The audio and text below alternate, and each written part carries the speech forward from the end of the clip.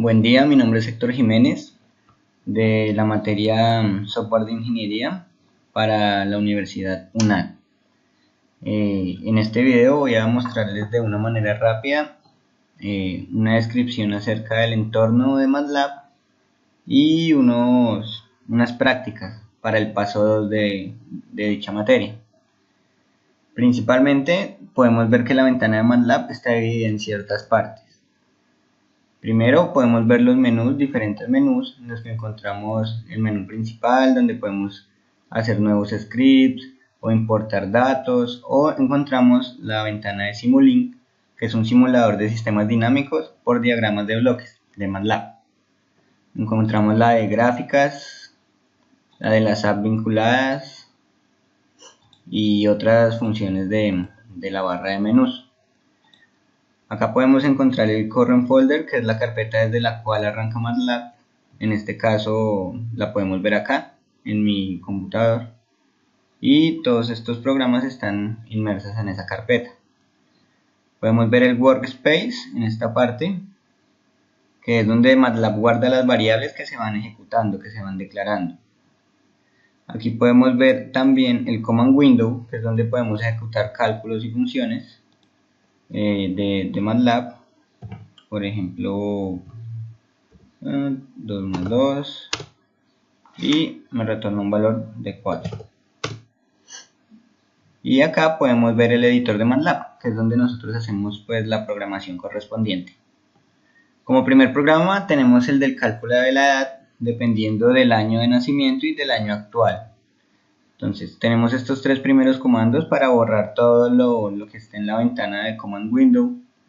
Este de acá, disp, y lo que está entre paréntesis es para que me muestre en la command window, en este caso cálculo de la edad.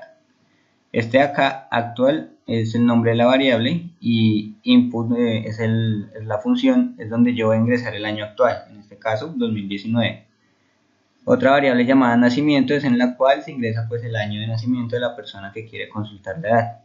Y usamos uso de la variable if. Del if. En este caso, si actual es mayor que el año de nacimiento, entonces ejecutar esta parte de acá, que es el año actual menos el año del nacimiento, y poner usted tiene el año que está dando acá en esta variable, años, y mostrarla. Si no, si actual es menor al año de nacimiento, quiere decir que es un valor inválido, porque habría nacido años después del año actual. Y en este, que estamos diciendo que si el año actual es igual al año de nacimiento, porque puede haber nacido en este mismo año pero en diferente mes, le pongo que muestre usted tiene menos de un año.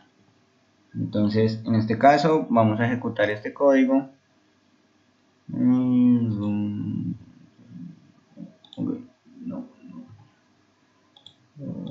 Editor, aquí. Run. Entonces, ingresa el año actual, 2019. Ingrese el año del nacimiento, pongamos 1992, y él me dice usted tiene 27 años. Listo. Ahora miremos con la otra condición. Estamos en el año 2019 y el año del nacimiento pongámosle un año mayor, 2023. Es imposible. Entonces dice ingrese un valor de nacimiento válido. Y miremos a alguien que haya nacido este mismo año, entonces 2019, y el año de nacimiento 2019, entonces usted tiene menos de un año. Ese es el funcionamiento del primer problema planteado con respecto a la edad. El segundo problema es calcular el área de un círculo. Acá con este comando borramos lo que hay en el command window y continuamos. Estos tres primeros es para que al ejecutar el programa borre primero todo lo que haya en el command window.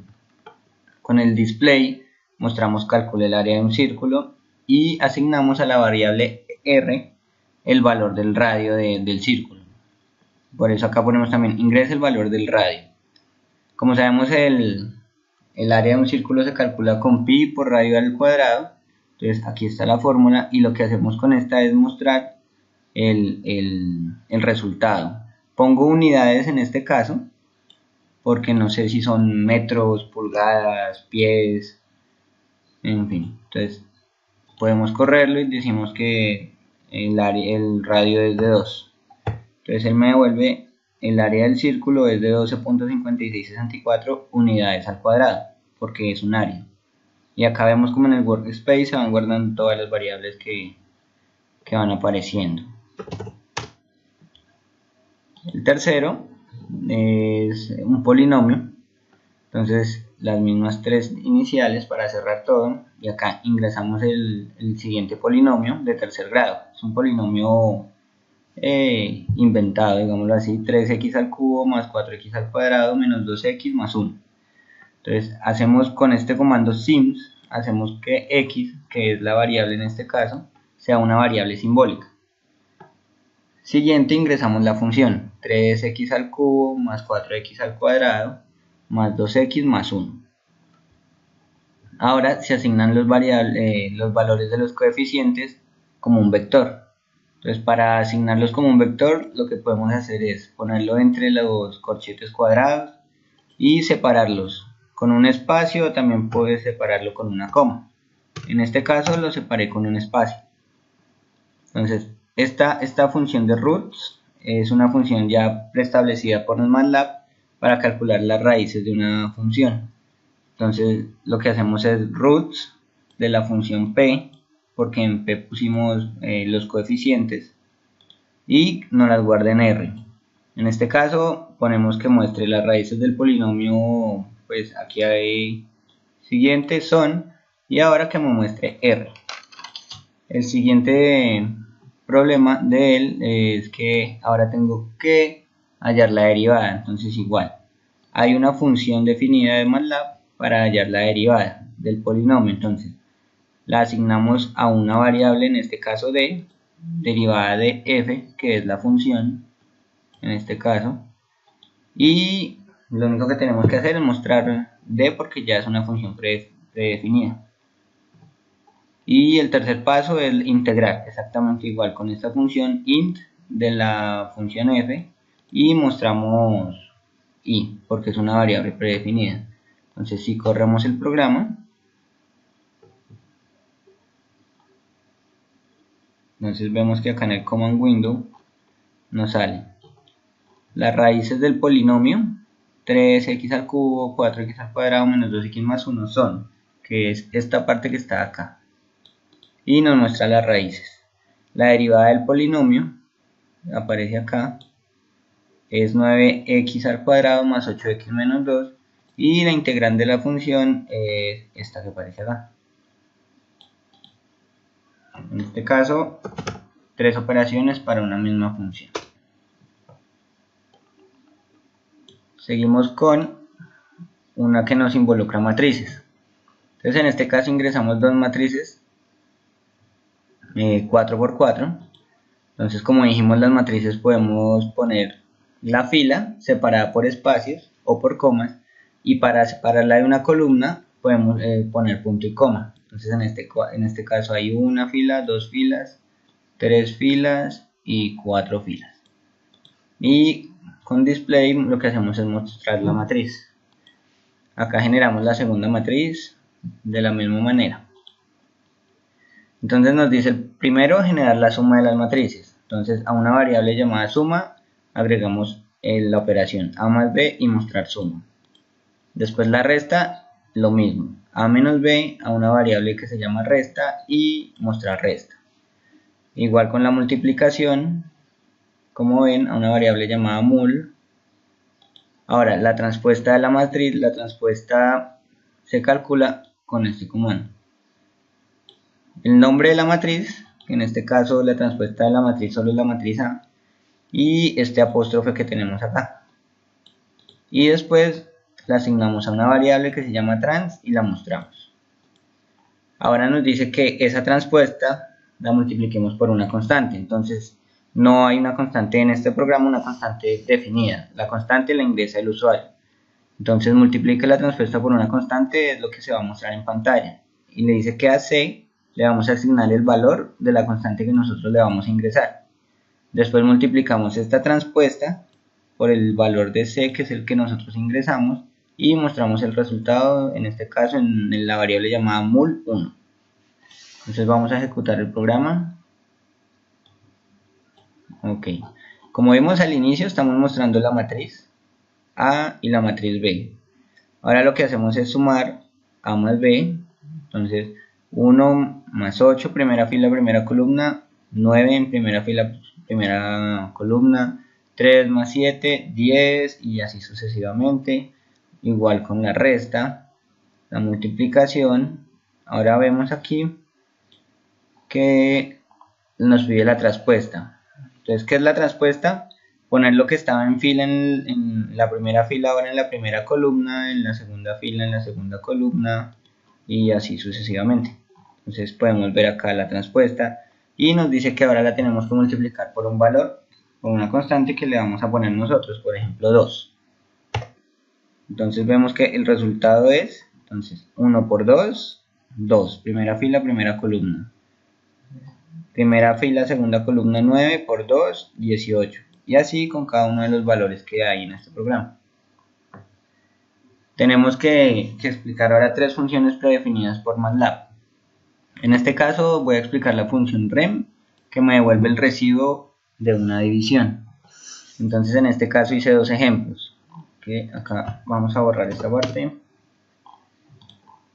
Entonces, que me ingrese primero a una variable x el dividendo, que me asigne una variable y el divisor, y utilizamos la función rem para calcular x dividido entre y ponemos su residuo es, acá el valor de a, porque esto lo asignamos a un valor de a.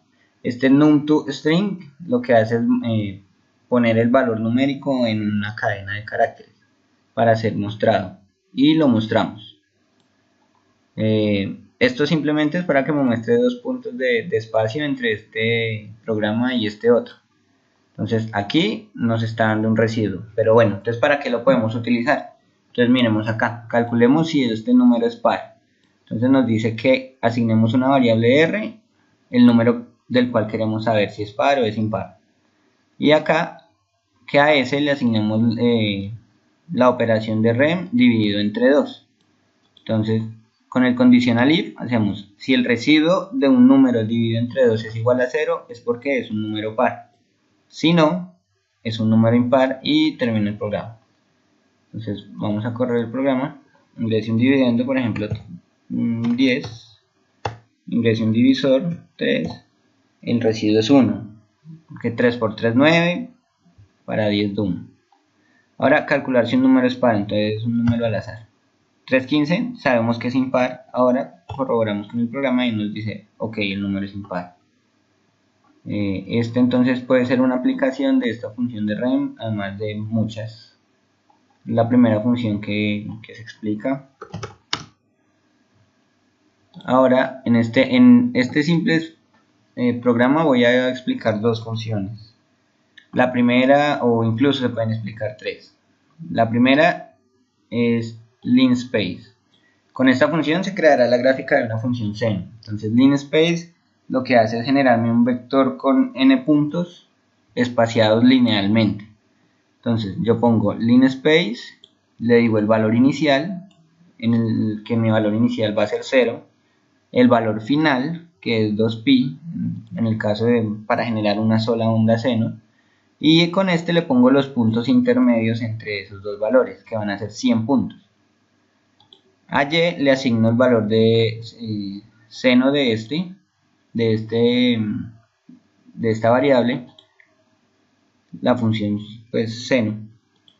Y con plot nos sirve para representar gráficamente las variables que yo ingrese acá en un espacio de x horizontal y vertical. Entonces miremos cómo quedaría esto. Entonces nos está mostrando una onda seno que inicia en 0, termina en 2pi, y entre toda esta onda hay 100 puntos intermedios que queremos cambiar ese punto y verificar. Entonces pongámosle 10 puntos, lo corremos y aquí vemos 1, 2, 3, 4, 5, 6, 7, 8, 9 y 10 puntos. A mayor punto, a mayor muestra, la onda se verá mucho mejor. Entonces aquí puedo explicar la función linspace, que es una función definida, y la función seno o la función plot, para hacer la segunda y tercera función que nos pide la fase número 2, el paso 2. Ahora, este es un poquito largo, pues como lo diseñé. Lo que me pide es que aproxime un valor en faradios al múltiplo o submúltiplo más adecuado. Entonces, lo primero que hice es que me muestre aproximación de valores desde pico hasta giga. O sea, ya lo limito desde exponente a la menos 12 hasta exponente a la 9. Solo entre esos valores. Entonces le digo después, ingrese un valor en faradios. Ingresamos el valor en faradios. Ahora, lo que hago es que si este valor que se asignó a la variable f es mayor o igual a 1 exponente a la menos 12 y es menor a 1 exponente a la menos 9, o sea, lo estoy limitando entre cierto valor, multiplique eso por 1 exponente a la 12, que sería como el 10 a la 12, para poder correr las comas a la derecha, y decirle que me muestre ese valor que me da x, diciendo que son picofaradios, porque es a la menos 12. Y si no, entonces otra condicional. Y lo mismo, entre mayor o igual a menos 9 y menor a 1 por 10 a la menos 6, lo multiplico por 1 exponente a la 9 y coloco el valor en nanofaradios. Exactamente igual para microfaradios, para milifaradios, en faradios cambia un poco, que sería esa variable mayor o igual a 1 desde un faradio y menor a 1000 para decir que son 700 faradios, 900 faradios, valores que uno nunca va a encontrar, pero para que aproxime ese valor. Acá, si no, entonces ya empieza desde 1000, 1 exponente a la 3, hasta 1.000.000, que es 1 exponente a la 6, y que me exprese eso en kilofaradios, hasta el número menor de 1 exponente a la 6.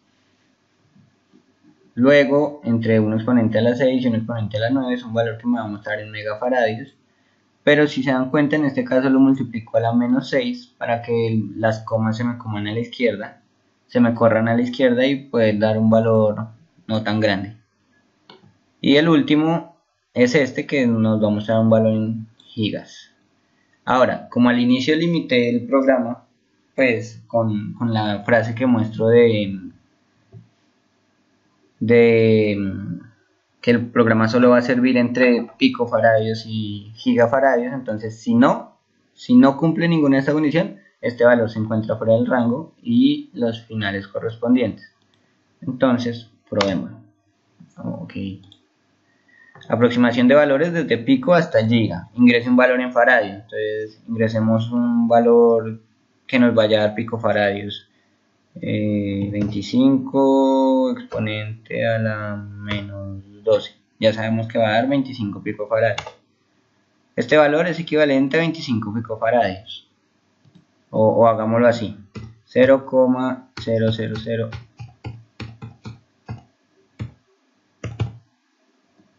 Y damos enter. Entonces aquí nos dice este valor es equivalente a 6,2 picofaradios. Con un valores en mili, con valores en nano, hagámoslo con un valor en mini. Sería, este valor es equivalente a 3 milifaradios, con un valor en faradios. Este valor es equivalente a 26 faradios, incluso con un valor en gigafaradios.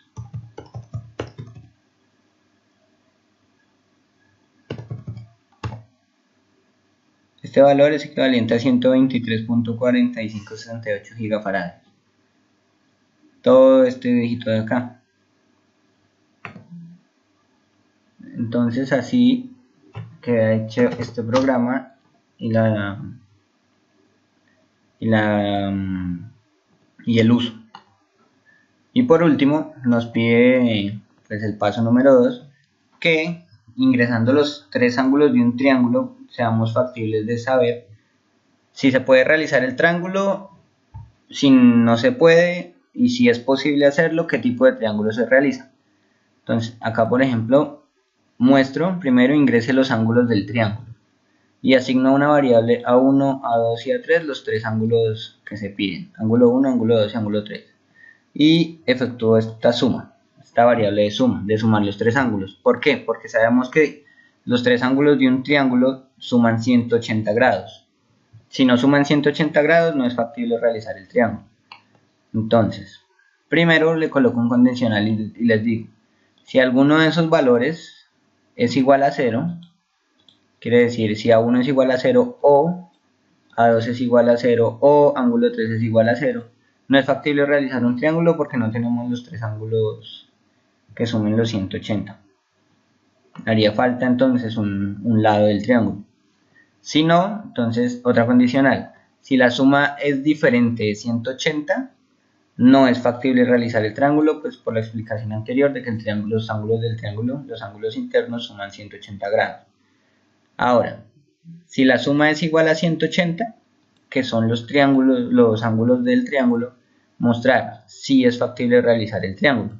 Pero ahora, ¿cómo sabemos qué tipo de triángulo es posible? Entonces, si todos los ángulos son iguales, decimos que el triángulo es equilátero. Entonces, en este caso ponemos, si el ángulo 1 es igual al ángulo 2 y el ángulo 2 es igual al ángulo 3, en este caso se asume también que el ángulo 1 es igual al ángulo 3, el tipo de triángulo es equilátero. Si no, entonces, si el ángulo 1 es diferente del ángulo 2 y el ángulo 1 es diferente del ángulo 3 y el ángulo 2 es diferente del ángulo 3, o sea, todos sus ángulos son diferentes, decimos que el triángulo formado es un triángulo escaleno. Y por último, si dos lados o dos ángulos son iguales y uno es diferente, es isósceles. Entonces, ¿cómo lo decimos acá? Si ángulo 1 y ángulo 2 son iguales y ángulo 2 y ángulo 3 es diferente, pues en este también se asume que el ángulo 1 y el 3 serían diferentes, es un triángulo isósceles. O, porque en este caso tengo el ángulo 1 y el ángulo 2 iguales. Ahora en este caso es el ángulo 3 y el ángulo 1 iguales y el 2 diferente, y en este caso es el ángulo 2 y el ángulo 3 iguales y el 1 diferente. En este caso nos da un triángulo isósceles. Entonces miremos acá el programa.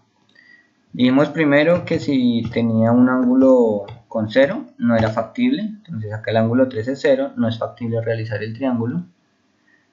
Que si los ángulos no suman 180, 1,26, no es factible realizar el triángulo. Y ahora, si los ángulos del triángulo son iguales, entonces 60 uno, 60 otro y 60 el tercero, nos dice primero que sí es factible realizar el triángulo y que el tipo de triángulo es equilátero, que es el que tiene todos sus ángulos iguales. El segundo caso, si todos son diferentes pero es posible hacerlo, entonces 90, 60, 30, entonces dice si es factible realizar el triángulo porque está sumada 180 y el tipo de triángulo es escaleno porque todos sus ángulos son diferentes. Y por último, hagámoslo 90, 45 y 45, que en este caso tienen dos lados iguales y uno diferente. Entonces dice si es factible realizar el triángulo y el tipo de triángulo es isósceles. Con este ejercicio del triángulo ya terminamos la explicación de todos los ejercicios del paso 2 de la guía de actividades de la materia software de ingeniería para UNAD. Agradezco mucho la atención prestada y espero haber aclarado ciertas cosas y haber hecho también las cosas bien. Buen día.